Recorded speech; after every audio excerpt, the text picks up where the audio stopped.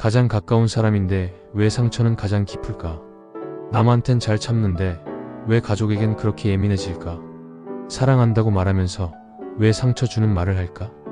우리는 종종 가장 아끼는 사람에게 가장 날카로운 말과 행동을 던지곤 합니다. 이런 경험 아마 한 번쯤은 있지 않으셨나요? 도무지 이해되지 않는 이 감정의 역설, 이 기이한 모순을 심리학자 지그문트 프로이트는 이렇게 해석합니다. 무의식은 언제나 진실을 말한다. 하지만 그 진실은 종종 우리가 가장 숨기고 싶은 것이다. 오늘은 왜 가까운 사람에게 더 큰 상처를 주는가라는 질문을 통해 우리 안에 숨어있는 무의식의 그림자 그리고 프로이트의 심층 심리학을 함께 탐색해봅니다. 지그문트 프로이트는 현대 심리학의 출발점이자 무의식이라는 개념을 학문으로 정립한 인물입니다. 그는 인간의 행동과 감정의 대부분이 의식보다 무의식에 의해 좌우된다고 주장했습니다. 프로이트의 대표 이론인 정신구조 모델에 따르면 인간은 세 가지 층위로 구성됩니다. 이드 본능과 욕망의 영역, 자아 현실과 타협하는 중재자, 초자아 도덕과 양심 이상적 자아. 가까운 관계에서 상처를 주는 이유는 이 세 가지 중 특히 이드와 초자아 사이의 충돌 때문입니다. 가족이나 연인처럼 심리적으로 안전한 존재에게는 사회적 자아가 느슨해지고 무의식 속 억압된 감정들이 안전하다고 착각되는 대상에게 터져나오는 경향이 있습니다. 그 대상은 종종 우리를 있는 그대로 받아줄 것이라 믿는 가장 가까운 사람이죠. 이걸 전이라고 합니다. 과거의 감정이 현재의 인간관계로 전이되어 반복되는 심리 구조입니다. 이제 이론을 우리 일상에 비춰보면 어떨까요? 회사에선 참 잘 참고 웃으며 일하지만 집에 오면 괜히 짜증을 내는 경우, 친구나 동료에겐 쉽게 하지 못하는 말을 연인이나 부모에겐 쉽게 내뱉는 경우, 상처받고 힘들었던 유년 시절의 감정이 지금의 가족에게 무의식적으로 되풀이되는 경우, 예를 들어 어릴 적 부모에게 인정받지 못했던 사람이 지금의 연인에게 과도한 애정 확인을 요구하거나 조금만 냉랭해도 불안과 분노로 반응하는 경우, 겉으론 지금 그 사람에게 화난 것 같지만 사실은 과거의 감정이 현재로 소환된 상태인 거죠. 그래서 가까운 사람일수록 우리는 더 깊은 상처를 주고받습니다.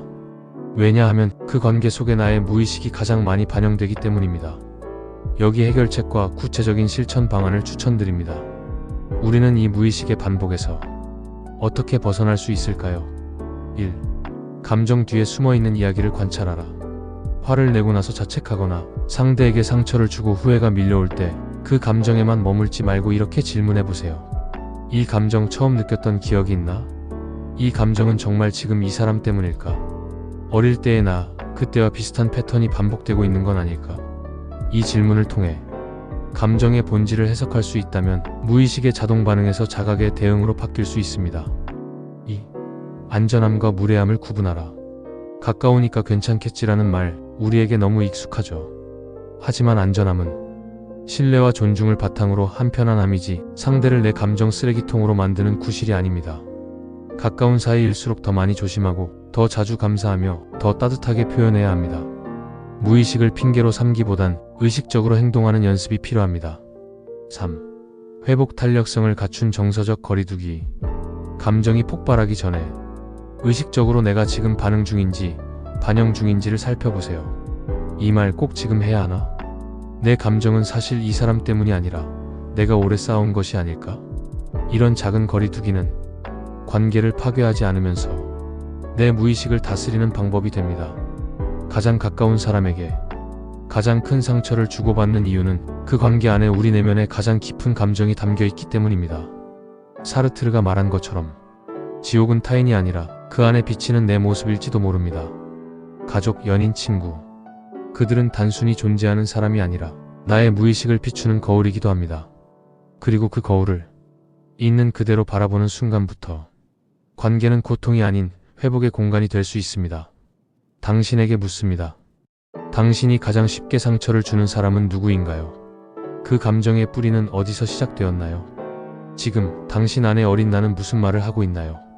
가까운 사람과 반복해서 싸우고 그때마다 다신 안 그래야지 다짐해도 며칠 못 가 다시 상처 주는 말을 하게 되는 이유. 이건 단순히 성격 문제도 의지 부족도 아닙니다. 프로이트는 말합니다. 무의식은 기억한다. 그리고 반복한다. 그는 이를 반복 강박 레퍼티션, 컴펄션이라고 불렀습니다. 이 개념은 충격적입니다. 우리의 무의식은 과거에 상처받은 기억을 치유되지 않은 채 반복함으로써 해결하려 한다는 것입니다. 즉, 어릴 적 부모에게 인정받지 못했던 아이는 성인이 되어서도 그 상처를 되풀이할 사람을 무의식적으로 찾아 또다시 그 감정을 반복합니다.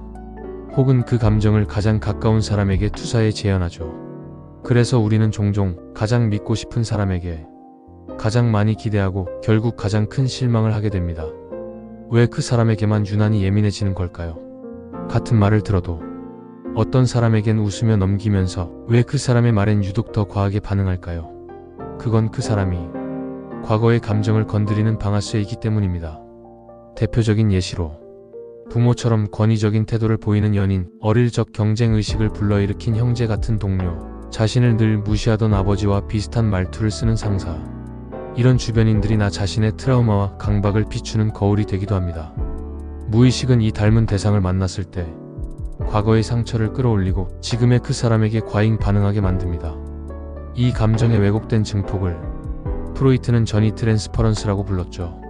현재를 과거의 렌즈로 해석하는 아주 강력한 무의식적 방어 기제입니다. 성숙한 사랑은 무의식을 자각하는 것에서 시작됩니다.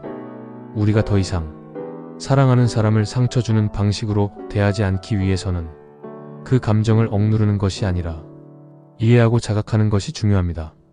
무의식은 결코 억압으로는 사라지지 않기 때문입니다. 우리는 의식하지 못한 것을 반복한다.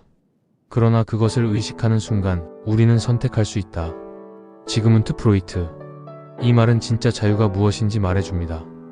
감정은 자연스러운 것. 상처는 반복될 수 있으나 그것을 자각하고 선택하는 순간 관계는 더 이상 무기나 토피처가 아니라 서로를 성장시키는 공간이 됩니다. 용서와 회복, 그건 타인을 위한 일이 아닙니다. 때로 우리는 너무 많은 상처를 주고받고 나서 이 관계는 끝났다고 느끼게 됩니다. 하지만 프로이트는 관계의 회복을 행동의 수정이 아닌 내면의 자각과 통찰에서 시작되는 것이라 봤습니다. 누군가를 진심으로 용서한다는 건 그 사람이 달라졌기 때문이 아니라 내 안의 감정을 재구성할 수 있을 만큼 내가 성장했기 때문입니다. 가까운 사람과의 상처를 회복하는 데는 솔직한 감정의 인정, 반복된 패턴의 자각, 그리고 서로가 자신의 과거를 책임지는 성숙함이 필요합니다. 이건 하루아침에 되지 않습니다. 하지만 매일 조금씩 왜 그랬을까라는 질문에서 그럼 나는 오늘 어떻게 다르게 반응할 수 있을까라는 질문으로 바뀌는 순간부터 관계는 변하기 시작합니다. 가까운 사람일수록 우리는 더 깊이 연결되고 싶고 그래서 더 많이 다치기도 합니다.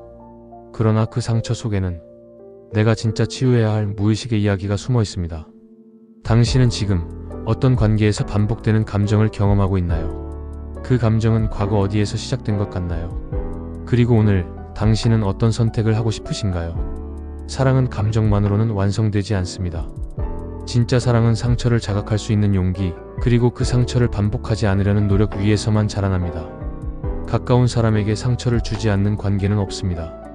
그러나 그 상처를 무시하지 않고 직면할 수 있는 사람들, 그리고 서로를 다시 바라볼 수 있는 사람들이 결국 함께 성숙해집니다. 당신이 지금 누군가와 다투고 있다면 그 사람이 나쁜 사람이라서가 아니라 그 관계 속에 당신의 오래된 감정이 살아있기 때문일 수도 있습니다. 그러니 너무 자책하지 말고 너무 원망하지도 말고 잠시 멈춰 당신 안의 감정이 어디서 왔는지를 들여다보세요. 그 자각의 순간이 관계를 구하고 당신 자신도 구해낼 수 있습니다. 오늘의 질문으로 마무리할게요. 지금 떠오른 그 사람, 당신은 어떤 감정으로 마주하고 계신가요? 그 감정은 지금의 일이었나요? 아니면 오래된 이야기였을까요? 그리고 지금 그 사람과 다시 대화할 수 있다면 어떤 말을 먼저 건네고 싶으신가요? 이 질문에 스스로 답해보는 순간 당신의 무의식은 더 이상 당신을 조종하지 않을 것입니다.